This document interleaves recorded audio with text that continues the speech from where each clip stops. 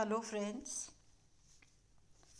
Back again to Alexander's Feast and the beautiful poem written by John Dryden about the power of music, exercised on the occasion of Alexander's Feast.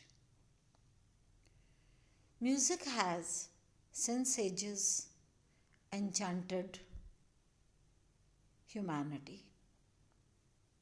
Or we can very safely say that this universe, life itself came into existence when there was a rhythmic sound that was created somewhere in the cosmos and ether took its shape, various shapes. Here again, an analogy of this kind has been employed in this poem. There are monsters, not monsters in the real sense of the word, but monstrous characters, very valiant, very proud, very impactful, and all acting as puppets at the hands of the music created by Timotheus. So it is one master handling several masters as his disciples. The occasion was the feast. The heroes that had returned victorious under the headship of Alexander and beautiful Thais sitting by his side are all drunk with joy, with the pride of having been victors. And the music generates first the sound of applause, the sound of felicitation, and later on, the god of wine, Bacchus, is invited. And further on, Timotheus makes Alexander see the horror, that the catastrophe that he has wrought upon mankind. And Timotheus says, "Behold a ghastly band, each a torch in his hand. Those are Grecian ghosts that in battle were slain and unburied remain." Timotheus brings the focus of Alexander, who is lost in his own victory. He makes him see the ghastly band. Ghastly band here points to the fallen soldiers, wounded and dead. And each, in this dark night when the festivities are going on, he summons up the image of the battlefield where they are in fact seeking to be buried. The fallen soldiers, the dead soldiers, their spirits as though are holding a torch in their hands. And these are Grecian ghosts. The people who have now been turned ghosts because they no longer live on the soil of Greece. So he points out and says, these are your people that in the battle were killed, and you celebrating here, and they lay unburied there. So the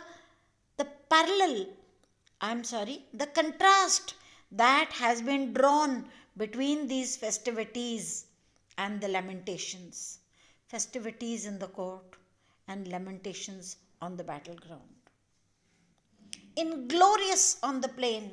Those who brought glory to you, they lie inglorious there.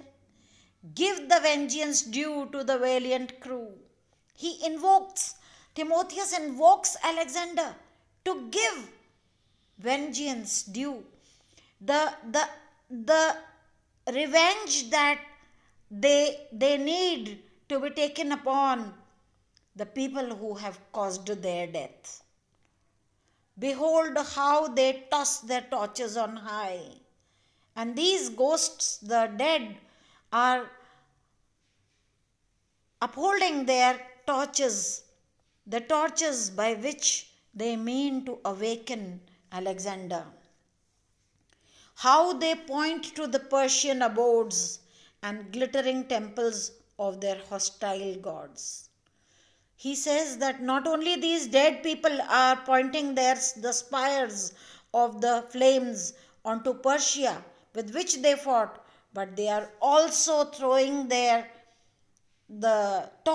torchlight upon the hostile gods. Here, hostile gods are not just the Persians, they are also the Grecians who have deserted them on the battlefield.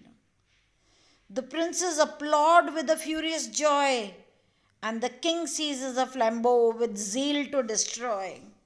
On hearing this, all the princes take their arms, and they really are excited to a fury.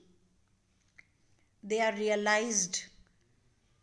made to realize their duty.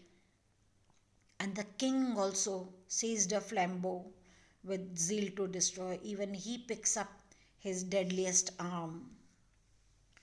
Thais led the way. See, this is the impact of Timotheus's song. Men have taken to arms, but this time they are being led by that beautiful maid bride, Thais. She is also excited to arms. She led the way to light him to his prey, because she now wants to guide Alexander. See, there has been a complete shift in the scene. Earlier, Alexander had taken his troop to destroy the Persians. Now, Thais leads her own husband and the princes to avenge the death of the fallen soldiers.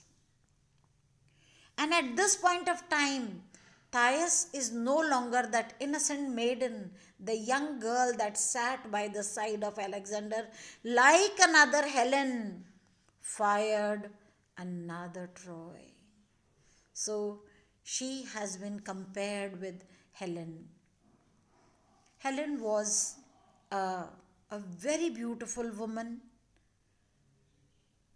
who is supposed to be, who actually was the cause of destruction. It was for her that several battleships were drowned. It was for her, to take her as a prized possession, did several people die. Now she, Thais, assumes the role of Helen, and now she inspires these people to another Troy. Troy, a war that was fought on the field of Troy, the Trojan War. Similar war is again to begin, but this time the war is not going to destroy people. The war will be to restore the bodies to their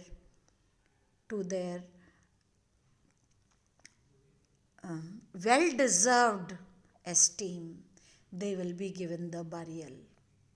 So this all has been excited by the music, by the logical drawing of the scene of destruction before this intoxicated band the band of the people, the warsome princes, and the beautiful Thais enjoying their victory, they are brought to terms to the reality that their own people lie deserted and unattended on the battlefield. This is all for today. We shall conclude in the coming lecture. Thank you.